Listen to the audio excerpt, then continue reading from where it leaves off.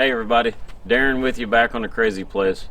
So today we're going to go ahead and we are going to spray some 2,4-D on the brother-in-law's yard to kill out the dandelions and the broadleaf plants. But what I'd really like to explain is this Fimco 60-gallon sprayer.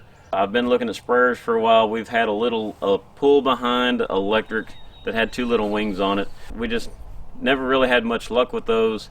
They don't spray very wide. So we purchased a 60-gallon Fimco with a 10-foot boom on it, and so far I've sprayed probably well over 200 gallons through this sprayer. It has actually done an excellent job. It mounts on a class 1 hitch, and it's got the 540 splines that you'll mount the pump to. So I'm going to show you just a little bit about this. I'm on asphalt. I've got water in this right now because we're fixing to drive down the road here and we're going to put the 2,4-D in later. But I'm just going to show you the spray pattern on this on the asphalt so you get a clear image of what the pattern is. So kind of had a hard time looking up sprayers on YouTube, and you can find them. People are driving around in the yards and everything, and you just don't get a very good idea of the pattern on the ground. So let's get started with this. First thing I want to do is I want to spread these booms out and show you how wide this is, and then I'll show you a little bit more up here in the front. So first thing is these booms, they fold together very easily. They spread out. We've got a 10-foot spray pattern, and if you hit something, they will fold in. The very first time I used it, I swung a little bit too wide and I hooked onto a wood pile that I had. The arm came back and the wood pile went down. So I do know for a fact these things do work when they're kicking back, and nothing broke whenever that incident happened. Okay, up here towards the front of the sprayer, we've got a valve that will kick on your hand sprayer, which has a lot of force, which I will demonstrate that as we will run this tractor the RPMs up to 540 to get the maximum pressure. And your gauge, you can adjust your pressure from 100 to 300 psi. And right here is your on and off valve for your water. What I normally do is just kick the PTO on and off if I'm spraying on the boom. Just keeps me from reaching back here all the time. 2,4-D kind of likes to lift a little bit later in the evening, so I like to try and keep that sprayer down on the ground. And it's hard for me to reach back here and flip this knob all the time, especially when Preston's riding with me. He's usually on my lap, so I just use a PTO on that. But there's your valve to kick your sprayer on and off, and if you want to run your hand sprayer, right there's your valve that turns that on and off. Okay, so right here I'm going to show you kind of how this hooks up. I've already got it on, obviously, so but this is the High Pro pump. I could not tell you exactly how many gallons per minute this thing will pump out, but it very easily slides onto your 540 shaft. Kind of keep it strapped here a little bit. What we got is a little carabiner, or whatever you call those things.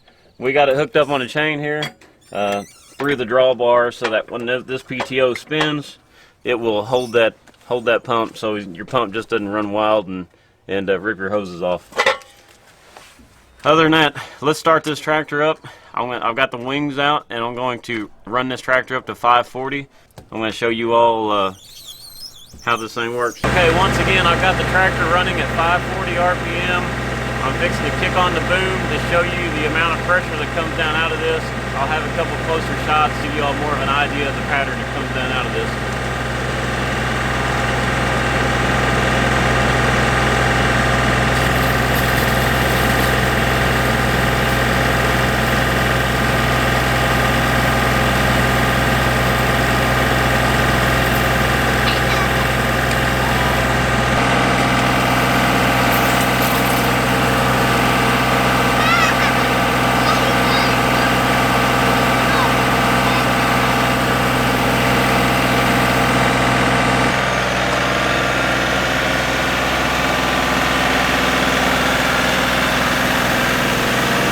Okay, so I hope that kind of demonstrated. I'm going to get another shot because I think the sun was kind of glaring a little bit, so I'm going to get another one here just shortly. Also, these tips, you can clean them out. So you take these out, and they've all got little screens basically in them, but you can clean the tips right out. Simple to use. What we do is I will spray, and then I will fill everything back up with water. I'll try and drain everything, fill everything back up with water, and I'll just sit it and just let it cycle water through and water and water and water. And then once I'm done with that, then I will pull the plugs and let the whole tank drain. There is a screen underneath this thing. I actually had a piece of plastic or a piece of paper in the sprayer the other day. I thought it was going to get choked up, but the pressure on this thing, it just emulsified this thing. And I pulled the screen out and I cleaned it later on. I never did have any problems at all. So far it's been working really good for us. And let me get a couple more shots, and I want to demonstrate the power of this wand right here, because this thing has got some serious pressure too when you're turned up to 540. So let me do that real quick. I'll get you another shot of the a boom right here spraying from a different angle. I think the sun was messing with us. I'll show you guys again. If you got any questions, don't hesitate to leave a comment or whatever. And if you need a second video for something, let me know. After I get done with this, this afternoon we're going to put a bench seat in our T-Rex UTV. Press likes to go riding. We've actually got a little cage that kind of comes over. It bolts to the standard cage on the UTV bench seat with 5-point harnesses. Really good for the kids. We don't get crazy when we're riding. We just like to ride around on the farm every now and then, get out on a county road and run up and down the road a little bit. So kids enjoy it. Anyway, let me go ahead and show you this. I'm going to go up and do some spraying.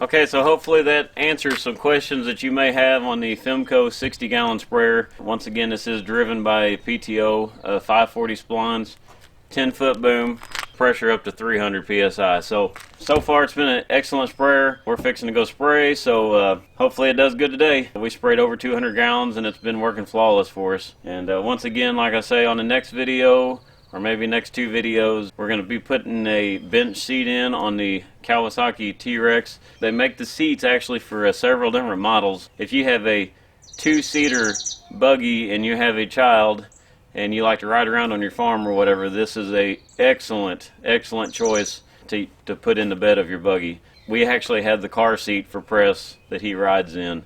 It works really good. So we're going to go spray. See you all on the next video. If you want to subscribe, hit the button. We'd appreciate it. Share it. If you got people or friends or family looking for sprayers, feel free to share this. If you got any questions, leave us a comment. So thank you all for watching.